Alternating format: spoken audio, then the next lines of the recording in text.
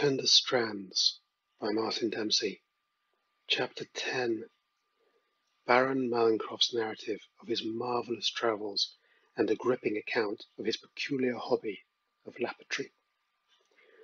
The most engaging and time-passing hobby involves the examination, learning, and exploring of the properties and virtues of different precious stones. I have whiled away many hours of an evening sketching and diagramming many of the most engaging and delightful different types of stone, including gems, corals, and pearls.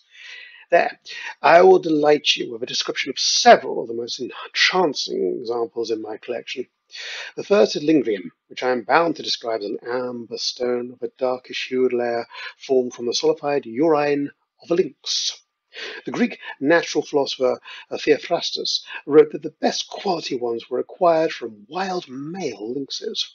The stones, I have confirmed, have the ability, upon being rubbed as one would the bosom of a young courtesan, to attract other objects, including straws, leaves, and thin pieces of copper or iron.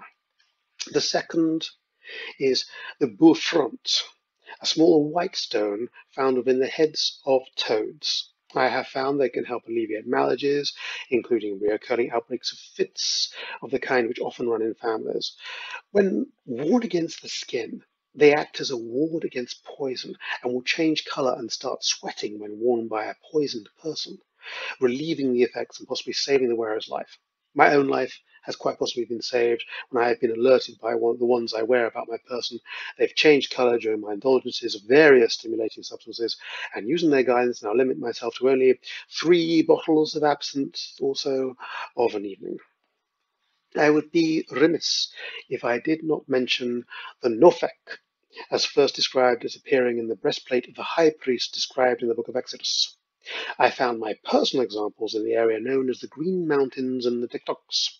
These red gems, as I have been told, used by the medicine men of the Apakanaki, the Mohican, the Panuke, and the Popuku, I see that the bodies of sick individuals and ascertain the roots of their ailments.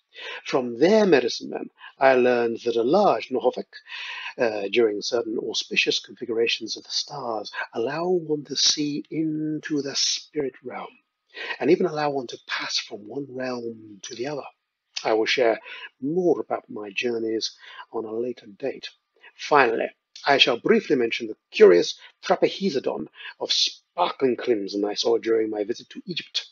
I was only able to examine it for a while under the watchful gaze of the high priest, whose indulgence I had acquired with the thickness of my locks and my peculiar flexibility, even in the pitch black, where it seemed to catch the light of my ambition and shimmer in the darkness, warm to the touch.